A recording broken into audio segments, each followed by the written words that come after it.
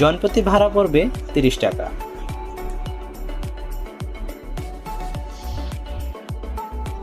আপনাদের পৌঁছাতে সময় লাগবে 15 থেকে 20 মিনিট।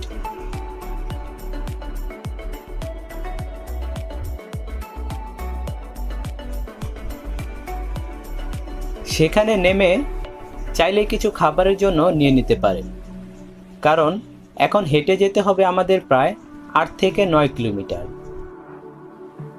পিচ্ছিল পাথর আর মাটির পাহাড় বেয়ে যেতে হবে আমাদের গন্তব্যে, তাই আশেপাশের দোকান থেকে অবশ্যই পায়ে পড়ার হ্যাংলেট ও লাঠি নিয়ে নেবেন।